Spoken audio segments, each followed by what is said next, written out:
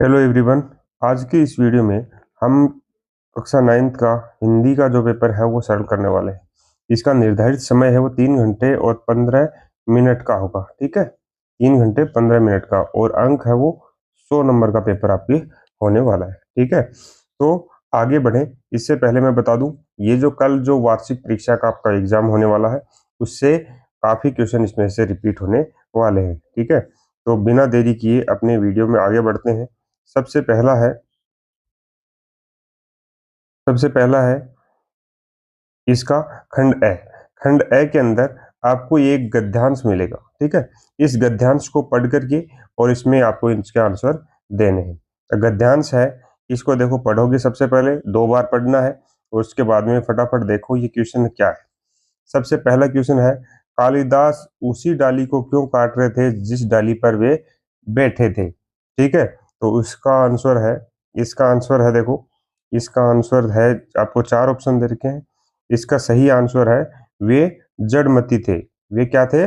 जड़मती थे। ठीक है, नेक्स्ट क्वेश्चन है आपके, कालिदास को पंडित कहाँ ले गए?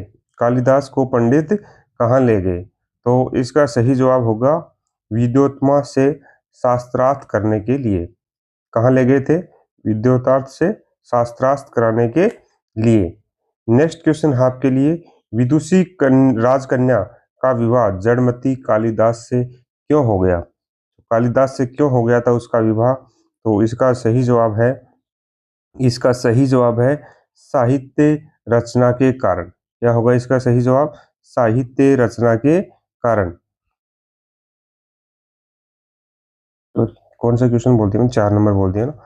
साहित्य रचना के कारण नहीं, विद्वान वर्ग ने उनके संकेतों की मनमानी व्याख्या की है। मूर्ख कालिदास किस प्रकार महाकवि बन गए? तो मूर्ख कालिदास वो महाकवि किस कारण से बने थे? तो उसका है कठिन परिश्रम और निरंतर साधना से। कठिन परिश्रम और निरंतर साधना से वो क्या बन गए थे? फिर है, इस गद्यांश का उचित शीर्षक बताइए। तो इस गद्यांश का उचित शीर्षक है करत करत अभ्यास के जड़मति रोहत सुजान। जड़मति होद सुजान, ये इसका शीर्षक है। नेक्स्ट क्वेश्चन है आपके, निम्नलिखित गद्यांश को ध्यानपूर्वक पढ़कर नीचे के दिए गए प्रश्नों के उत्तर छांट करके लिखने हैं। इसमें भी आपको ऑप्शन वाले क्वेश्चन मिलेंगे, तो इस गद्यांश पढ़ोगे। सबसे पहला है, शिशु को राष्ट्र की अमूल्य निधि किस प्रकार बनाया जा सकता है? तो कैसे बनाया जा सकता है? तो इसका जवाब होगा आदर्श वातावरण प्रदान करके। अगर उसको अच्छा वातावरण मिलेगा तो वो क्या मिल सकता है? अमूल्य निधि उसको बनाया जा सकता है।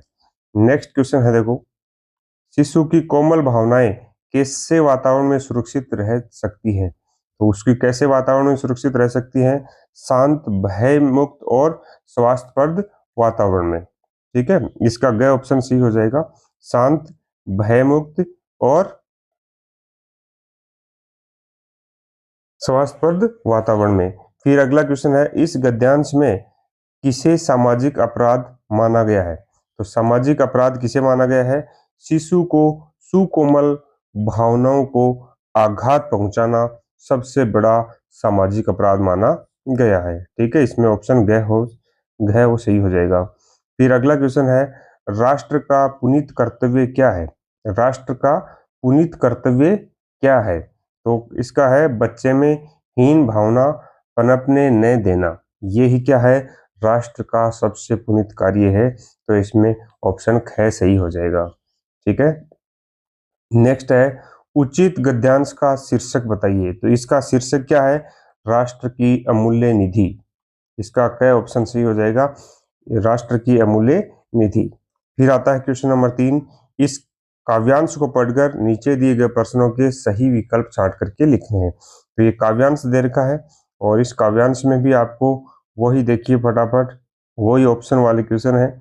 बड़ा ही इजी क्वेश्चन होने वाले हैं आपके इस पेपर के अंदर। सबसे पहला है, कवि देश के लिए क्या क्या समर्पित करना चाहता है?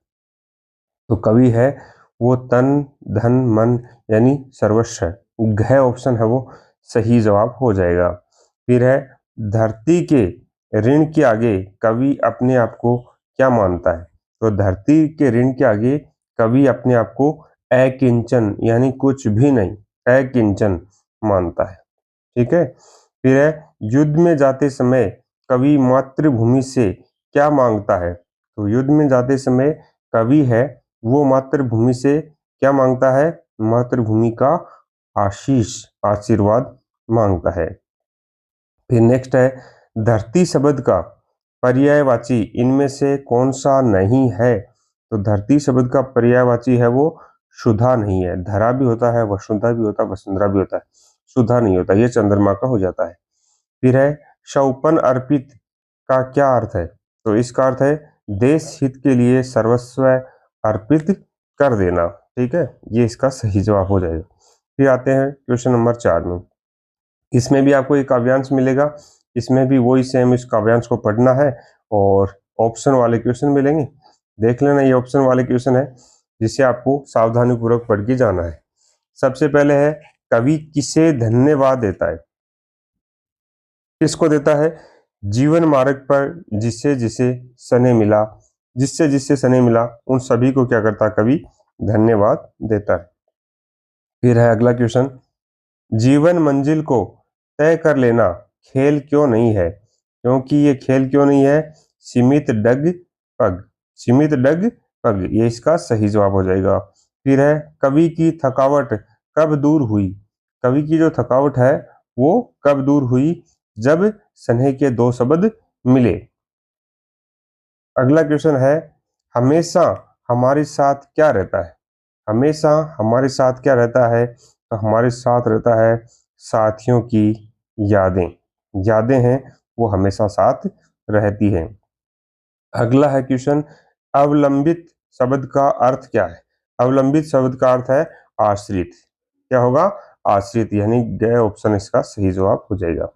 फिर आते हैं अपन खंड ब में। खंड ब के अंदर आपको कैसे क्वेश्चन पूछे जाने वाले हैं देखो।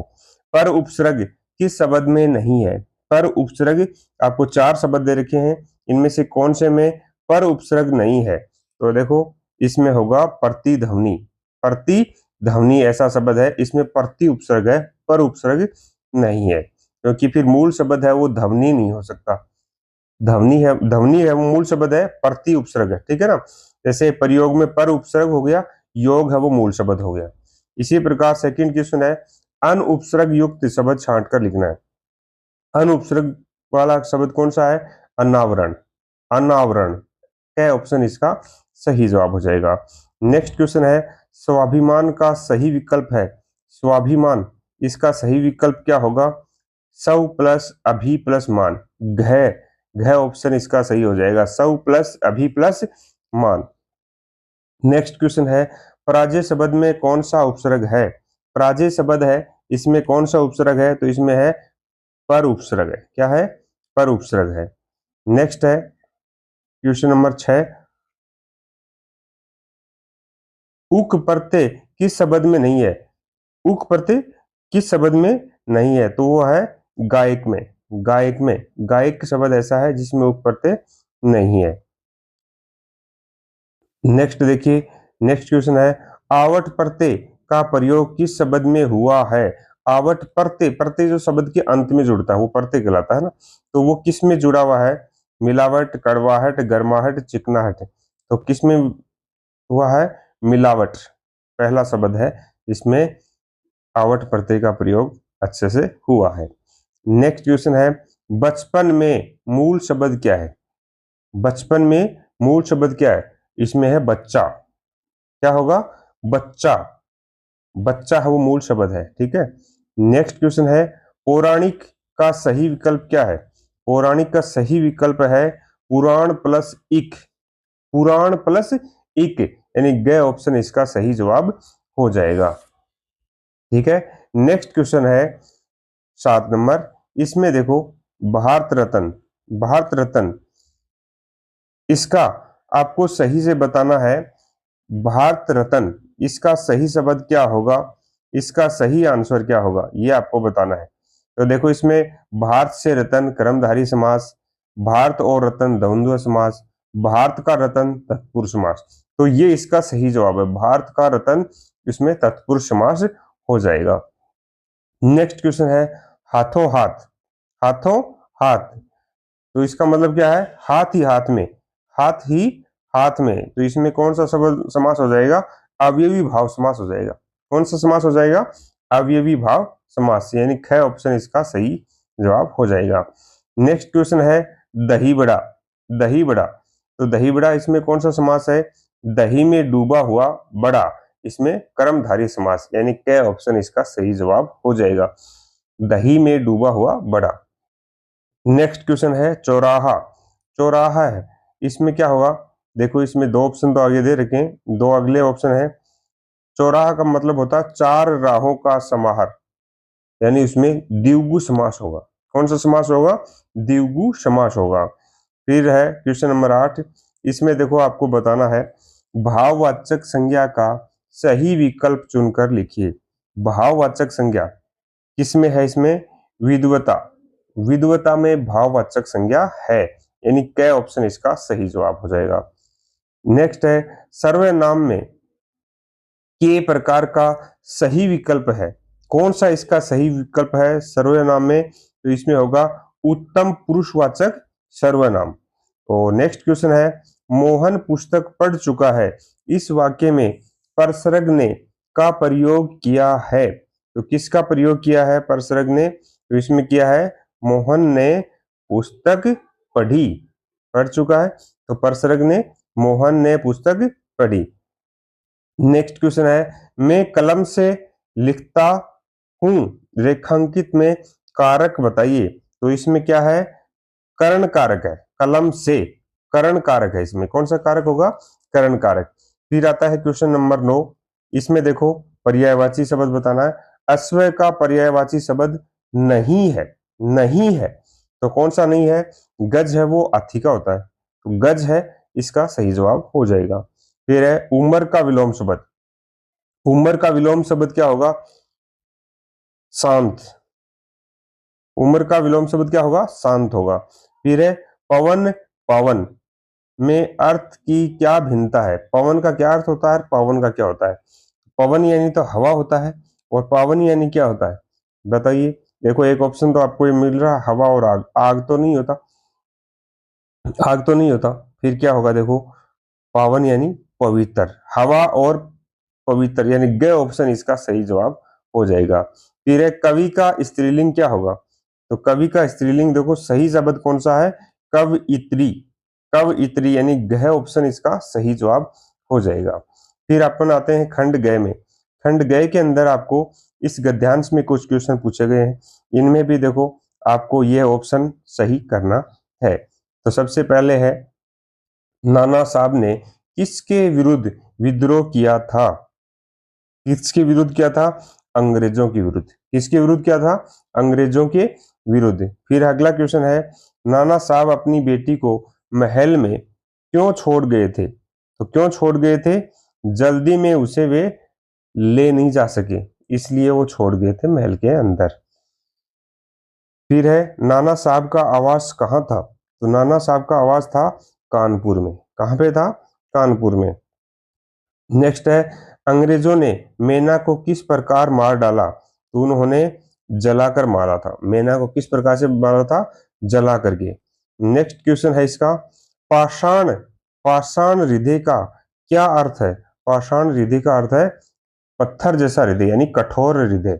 इसमें ग ऑप्शन इसका सही जवाब हो जाएगा। अगर इसके अथवा वाला क्वेश्चन करना चाहो तो ये देखो 5 लाइन दे रखी है पैराग्राफ की, इनको पढ़ोगे और इनका आंसर दोगे। जैसे हम लोग ने किन की ओर संकेत किया है? तो किया है महादेवी और उनकी सहपाठिनी की तरफ। फिर है महादेवी और उनकी सहपाठिनी जेब खर्च से पैसे क्यों बचाती थी? तो वो बचाती थी देश सेवा के लिए। क्या ऑप्शन इसका सही जवाब है। वे बचत के पैसे किसे देती थी?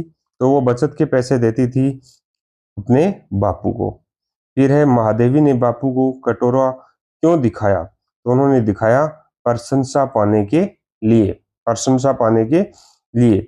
बापू ने महादेवी का कटोरा किस लिए ले लिया? तो उन्होंने ले लिया था देश सेवा के लिए। इसका क्या ऑप्शन इसका सही जवाब हो जाएगा।